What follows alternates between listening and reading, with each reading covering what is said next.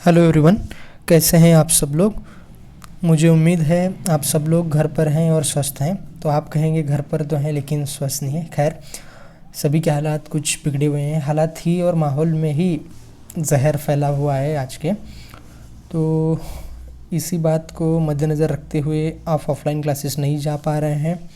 इन्हीं सारी चीज़ों को कंसिडर करते हुए मैं द लिविंग वर्ल्ड के बाद लिविंग वर्ल्ड के टोटल 5 लेक्चर मैंने अपलोड किए थे यूट्यूब चैनल बायोफिलिक SRM पे ही। तो उसके बाद ही एक और बेसिक लेक्चर आपको बायोलॉजी में मिलने जा रहा है जिसका नाम है cell cycle and cell division.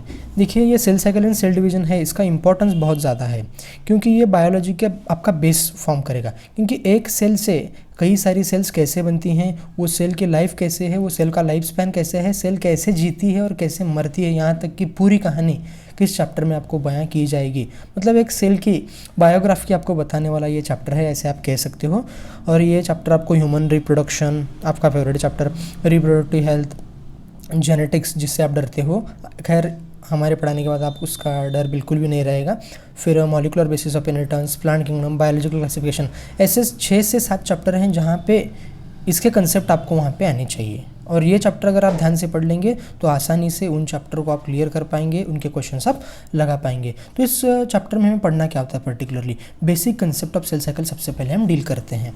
तो सेल साइकिल मतलब एक्चुअली क्या, एक सेल पैदा होने से लेकर जब तक उसकी लाइफ स्पैन है उनमें कौन कौन से इवेंट से गुजरती है, उन इवेंट्स को अगर हम टोटली लेंगे, सम कर देंगे, पहला इवेंट, दूसरा इवेंट, तीसरा इवेंट, ऐसे सब इवेंट को अगर कंसिडर करेंगे तो कहलाएंगे हम सेल साइकिल के बारे में बात कर रहे हैं। अब मैंने बताया इवेंट 1, इवेंट 2, ऐसे कई सारे इवेंट हो सकते हैं। उसमें से पहली इवेंट होती है इंटरफेज़। ये इंटरफेज़ एक्चुअली में क्या होती है, ये इंटरफेज़ एक डिवीजन फेज से कैसे अलग होती है। मतलब एक दूसरी फेज़ आती है सेल साइकिल के अंदर। मतलब सेल साइकिल के अंदर 2 फेजेस होंगे, पहली इंटरफेज़, दूसरी डिवीजन फेज़। ये इंटरफेज़ क्या है और वो किस तरह से, किस मायने में डिवीजन फेज से अलग है, वो हम इस चैप्टर में डील करेंगे। फिर बात करेंगे सिग्निफिकेंस ऑफ माइटोसिस। ये माइटोसिस एक्चुअली में होता क्या है, मतलब माइटोसिस एक्चुअली ग्रोथ है। एक सेल ने ग्रो किया, अपने नंबर को बढ़ाया, डिवाइड किया। मतलब सेल को ग्रो करने का, सेल को नंबर बढ़ाने का एक जरिया है माइटोसिस। उस माइटोसिस का महत्व यही है कि वो ग्रोथ, रीजनरेशन, रिपेयरिंग, हीलिंग कई सारे में काम आता है एक माइटोसिस नाम का सेल डिवीजन। दूसरा एक डिवीजन होता है मियोसिस। मतलब सेल डिवाइड 2 तरीके से कर सकती है, एक माइटोसिस, एक मियोसिस। वैसे तो कई सारे तरीके होते हैं, माइटोसिस, बाइनरी फिजन, लेकिन जितना NCERT में आपके दिया हुआ है ना उतना हम फोकस करेंगे एग्जाम पॉइंट ऑफ व्यू से। और बाकी बाइनरी फिजन वो जिस पर्टिकुलर चैप्टर में आता जाएगा मैं वहाँ पे आपको क्लियर करता जाऊँगा। और मियोसिस के बारे में बताया, मियोसिस ये सेक्सुअली रिप्रोड्यूसिंग ऑर्गेनिज्म में देखने को मिलता है क्योंकि इसमें क्रोमोसोम नंबर हाफ होता है और मियोसिस को रिडक्शनल डिवीजन भी कहा जाता है। whereas mitosis is called as equational division. अब यहाँ पे मियोसिस को लेकर कई लोगों में, कई स्टूडेंट में मिसकंसेप्शंस हैं। अगर मैं पूछूं मियोसिस किन सेल्स में होता है तो सीधे सीधे कह देंगे जर्म सेल्स। और जर्म सेल्स क्या है बताओ बोले तो बोलेंगे स्पर्म एंड ओवम। अरे भाई, जब स्पर्म एंड ओवम खुद हैप्लॉइड हैं तो हैप्लॉइड की प्लॉइडी फिर क्या चेंज कर सकते हो, तो होगा ना कॉन्ट्राडिक्शन। मतलब आप कह रहे हो एक तरफ जर्म सेल ही स्पर्म एंड ओवम है ऐसे कह रहे हो, और ये भी कह रहे हो कि जर्म सेल के अंदर ही मियोसिस होता है। तो मतलब कहीं ना कहीं आपके कंसेप्ट लैक कर रहे हैं। क्या जर्म सेल ही स्पर्म एंड ओवम है? क्या सिर्फ जर्म सेल में मियोसिस होता है? क्या जर्म सेल में माइटोसिस हो सकता है? क्या कोई डिप्लॉइड सेल में मियोसिस होता है, या फिर कोई हॉप्लॉइड सेल में ये चांस है कि मियोसिस हो? इन सारे सवालों के जवाब आपको इस सेशन में मिलने जा रहे हैं इस पर्टिकुलर चैप्टर में। और लास्ट में हम डील करेंगे कुछ प्रैक्टिस MCQs। मतलब जितना हमने पढ़ा उसके अकॉर्डिंगली आप क्वेश्चन कर पा रहे हो क्या नहीं, ये हमें यहाँ पे समझना बहुत ज़रूरी है। तो सेल साइकिल के बारे में बात करते हैं। चलिए, जैसा मैंने बताया, लाइफ स्पैन क्या होती है। किसी ऑर्गेनिज्म की लाइफ स्पैन देखोगे, किसी इंसान की लाइफ स्पैन देखो तो आप क्या होगे, the period from birth to natural death. मतलब पैदा होने से लेकर उसके नेचुरल डेथ आने के बीच का जो वक्त है उस ऑर्गेनिज्म की लाइफ स्पैन है। उसी तरह सेल को अप्लाई करो। मतलब एक सेल जब आई और जब मर गई उसके बीच में कई सारी इवेंट्स जो शो करती है, सीक्वेंस ऑफ इवेंट्स जो देखने को मिलती है, उन सभी इवेंट्स को हम सेल साइकिल कहते हैं। सेल साइकिल में क्या क्या होता है, सेल ग्रो कर सकती है, सेलुलर एक्टिविटी कर सकती है, and division of the cell. Cell grow करना मतलब अपने साइटोप्लाज्मिक कंटेंट को बढ़ाती है। सेलुलर एक्टिविटी मतलब सेल जिस काम के लिए बनाई गई है वो काम करती है। मान लो नर्व सेल्स है, नर्व सेल्स का क्या है, इम्पल्स कंडक्शन करना, उन अकॉर्डिंग ट्रांसफर करना, ट्रांसमिट करना, सेंसिटिविटी करना। तो ये सारी चीज़ें सेलुलर एक्टिविटीज़ के अंदर आती हैं और ultimately division of the cell. और कुछ सेल डिवाइड नहीं करते, जैसे कि नर्व सेल्स। वो क्यों नहीं डिवाइड करते, चीज़ें क्या होती हैं, ये सब भी हम यहाँ पर पढ़ेंगे। सेल साइकिल में मैंने आपको शुरू में ही बताया 2 इंपॉर्टेंट फेजेस होते हैं, पहली फेज इंटरफेज और दूसरी होती है डिवीजन फेज। इंटरफेज में बात करेंगे। इंटरफेज अगर आप किसी सस्ती किताब से पढ़ेंगे या फिर कोई किसी एजुकेटर से पढ़ेंगे तो ज़्यादातर ये बताया जाता है कि इंटरफेज एक रेस्टिंग फेज होती है, लेकिन एक्चुअल में इंटरफेज को रेस्टिंग फेज किस मायने में कहा गया है ये आपको पता होना ज़रूरी है। It is a period between 2 successive cell division, मतलब यहाँ पे एक सेल ने डिवाइड किया, ये डिवाइड करके 2 सेल बन गए। अब ये सेल डिवीजन कब करेगी, मान लो 10 घंटे के बाद डिवीजन किया, मतलब आप डिवीजन करने के बाद 10 घंटे के बाद सेल फिर से डिवाइड हो रही है, ये बीच में का जो पीरियड होता है ना उसी को इंटरफेज कहते हैं। इंटर मतलब बीच का, फेज मतलब 2 डिवीजन फेज में के बीच का कोई फेज है interphase. It is the time when the cell grows and engages in diverse metabolic activities. मतलब अगर सही मायने में पूछोगे तो इंटरफेज सेल की एक्टिविटी करने के लिए प्रमोट करता है। कैसे, तो देखो बीटा सेल्स हैं आइलेट्स ऑफ लैंगरेंस, तो वो जब डिवाइड नहीं कर रहे हैं तो किस फेज में हैं बोलेंगे, सेल साइकिल के इंटरफेज में। अगर सेल जनरल एक्टिविटी शो कर रही है तो हम कहेंगे सेल साइकिल के इंटरफेज नाम के फेज के अंदर सेल मौजूद है। अगर सेल डिवाइड कर रही है तो हम कहेंगे सेल साइकिल के डिवीजन फेज के अंदर वो सेल मौजूद है। लेकिन जब बीटा सेल्स फंक्शन कर रही है, मेटाबॉलिकली एक्टिव है, तब मैं कहूँगा कि वो इंटरफेज में, मतलब जितनी भी सेल्स जो कोई अपना फंक्शन नॉर्मली परफॉर्म कर रही हैं वो सेल साइकिल के किस में होती हैं, वो एक्चुअल में होती है इंटरफेज के अंदर। तो फिर इंटरफेज कितना लंबा हो सकता है, मतलब इसका ड्यूरेशन कितना, तो इसका ड्यूरेशन सही मायने में बताना एक्चुअली सही नहीं है। Actually interphase duration is highly variable, मतलब cell to cell type vary करता रहता है। पैनक्रियाज के सेल का अलग होगा, लीवर के सेल्स का अलग होगा, और ऑर्गेनिज्म टू ऑर्गेनिज्म भी वेरी कर सकता है। ये कुछ वीक तक हो सकता है, कुछ हफ्तों तक होता है, या फिर इंटरफेज लाइफ टाइम तक रह सकती है। लाइफ टाइम का मतलब मेरा सुनिए, यहाँ पे मैं क्या कहना चाह रहा हूँ कि एक सेल है यहाँ पे, पहले इस सेल से मान लो न्यूरॉन बन गए, नर्व सेल बनी, ये नर्व सेल आप सिर्फ एक्टिविटी करिए, आगे ये फर्दर डिवाइड नहीं कर सकती, मतलब ये कभी डिवीजन फेज में जा नहीं सकती, मतलब ये लाइफ टाइम के लिए इंटरफेज में ही मौजूद रहेगी। यानी कुछ सेल ऐसे हैं जो इंटरफेज में ही रहते हैं हमेशा, उनकी ज़िंदगी में, उनके पूरे लाइफ स्पैन में कभी डिवीजन फेज उनको देखने को नहीं मिलेगी, मतलब एक्टिविटी जो करती है वो इंटरफेज में। यहाँ से ये कहना सही होगा क्या, the cell spend most of its time in interphase. Interphase में सेल बहुत ज़्यादा समय बिताती है, एक्टिविटी वहीं करती है। वो कौन सी एक्टिविटी है, it is the period during which it doubles in size almost double हो जाती है, और डीएनए रेप्लिकेशन होता है। मतलब मान लो सेल को डिवाइड करना है, आगे डिवीजन फेज में जाना है, इंटरफेज, कुछ सेल की बात कर रहा हूँ, सभी सेल की नहीं। डिवीजन फेज, इंटरफेज के बाद में फिर से डिवीजन फेज आने वाले, इंटरफेज में ही डिवीजन की सारी तैयारियाँ करनी पड़ती है। सारी तैयारी मतलब क्रोमोजोम का डुप्लीकेशन, यानी कि डीएनए का रेप्लिकेशन, और सारी की सारी जो सेलुलर एक्टिविटी मैंने बताया, आइलेट्स ऑफ लैंगरहैंस, इंसुलिन बनाना है, नर्व सेल्स कंडक्ट कराना है, हार्ट सेल कार्डियक सेल्स है, और मसल सेल हो कॉन्ट्रैक्शन करना है, उनको रिलैक्सेशन करना है, वो सारी एक्टिविटी।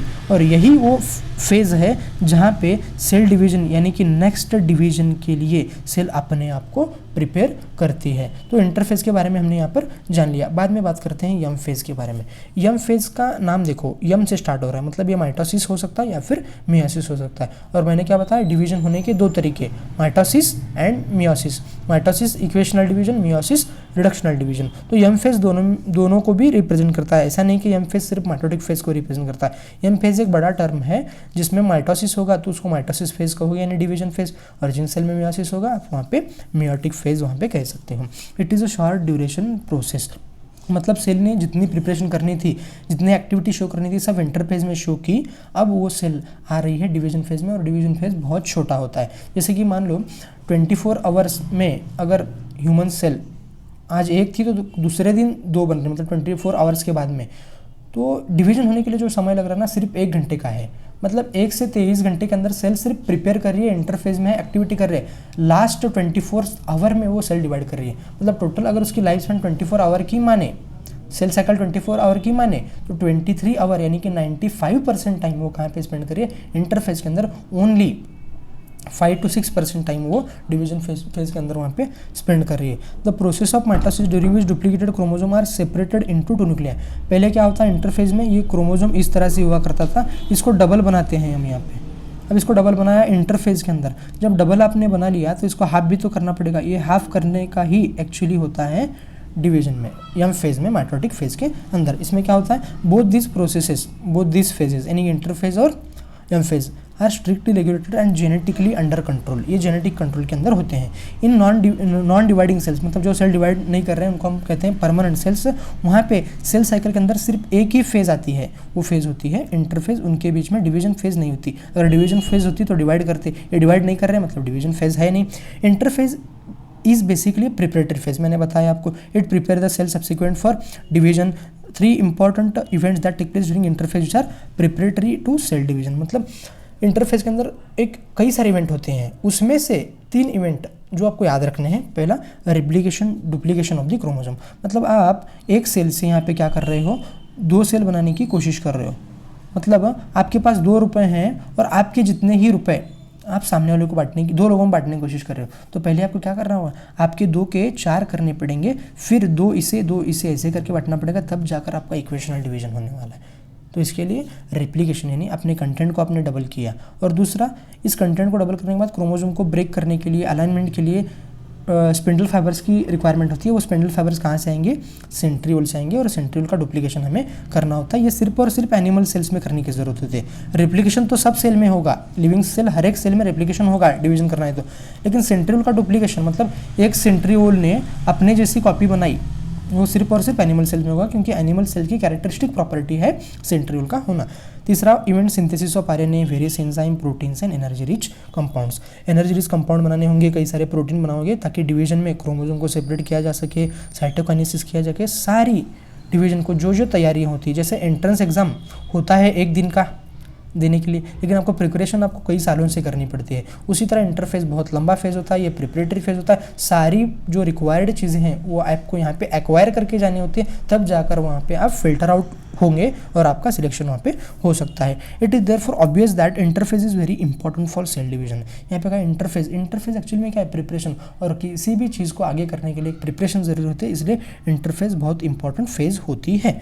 अब सुनो, मैंने आपको एक चीज़ बताई, जो सेल साइकिल, पूरी सेल साइकिल है उसको हमने 2 में डिवाइड किया, 2 फेजेस में, इंटरफेज एंड डिवीजन फेज। अब इंटरफेज में अपने आप में 3 फेजेस हैं, मतलब इंटरफेज के कुछ फेजेस में जैसे एक्टिविटी हो रही है उसको हमने G1 फेज कहा। मतलब इंटरफेज, उसके अंदर अपने आप में 3 फेजेस, S फेज और G2 फेज। G1 फेज में जो होता है, हम बात करेंगे आगे क्या होता है, कुछ प्रोटीन का डुप्लीकेशन होता है, और इंटरफेज की S फेज के अंदर DNA का रेप्लिकेशन होता है, और G2 फेज में आगे के प्रोटीन वहाँ पे बनते हैं। तो मतलब अब मैं आपको कुछ चीज़ें बताना चाह रहा हूँ, आपको नोट करनी ज़रूरी है। सेल्स के साइकिल के अंदर 2 इंपॉर्टेंट फेजेस, पहली इंटरफेज और एक्चुअल डिवीजन फेज यानी कि यम फेज। और इंटरफेज में जो इवेंट्स हो रहे हैं उसके अकॉर्डिंग हमने फर्दर फेजेस किए हैं। प्रोटीन अगर बन रहे हैं, इंपॉर्टेंट डुप्लीकेशन हो रहा है कुछ ऑर्गेनल्स का, तो उसे कहा G1 फेज। इंटरफेज का ऐसा फेज जिसमें सिर्फ और सिर्फ DNA रेप्लिकेशन हो रहा है, यानी जेनेटिक मटेरियल डबल हो रहा है, वो ऐसा फेज, उसको हमने S फेज कहा। और G2 फेज में कुछ आगे के ट्यूबुलिन प्रोटीन बनेंगे, माइटोकॉन्ड्रिया, क्लोरोप्लास्ट जैसे ऑर्गेनल डुप्लीकेशन होंगे, उन सारे फेजेस को हमने कहा G2 फेज। तो आई होप मैं कामयाब रहा आपको ये समझाने में। तो देखिए यहाँ पे सेल साइकिल को रिप्रेजेंट करने की कोशिश की गई है। ये पूरा का पूरा अगर सेल साइकिल मान ली जाए तो सेल साइकिल के अंदर ये जो पहले 3 हैं ये होगा इंटरफेज, मतलब देख रहे हो कितना बड़ा हो रहा है इंटरफेज, और ये छोटा सा डॉट होता है एम फेज यानी कि एक्चुअल डिवीजन फेज। और इंटरफेज को ही हमने further G1 phase, S phase and G2 phase में डिवाइड किया है। G1 फेज में क्या होगा, सेल ग्रो करेगी, नॉर्मल एक्टिविटीज को एरिवेट करेगी, ऑर्गेनल डुप्लीकेशन होंगे। S फेज में DNA replication, chromosome duplication. G2 phase में सेल ग्रो करेगी एंड माइटोसिस के लिए प्रिपेयर करेगी। और ये पूरा एम फेज को हमने फर्दर फेजेस में डिवाइड किया है, प्रोफेज, मेटाफेज, एनाफेज, टेलोफेज, फिर साइटोकाइनेसिस। मतलब ये सेल ऐसे बनी हुई है, इसको साइटोकाइनेसिस मतलब साइटोप्लाज्म को सेपरेट करना और 2 नए सेल्स का बनाना। तो इस तरह से हमने इन बेसिक कंसेप्ट को यहाँ पे क्लियर किया है। आगे हम बात करेंगे S फेज में क्या होता है, G1 फेज में क्या होता है, इन डिटेल बात करेंगे कौन से प्रोटीन बन रहे हैं, फिर वहाँ से हम M फेज की तरफ बढ़ जाएंगे। ये चैप्टर थोड़ा सा बेसिक आपको लग सकता है और इसके इंपॉर्टेंस मैंने आपको पहले ही बता दी है। तो नोट्स आप बेहतर बनाइए, कुछ क्वेश्चन हो सके तो प्रैक्टिस कीजिए। चलिए नेक्स्ट लेक्चर में मिलते हैं। Thank you.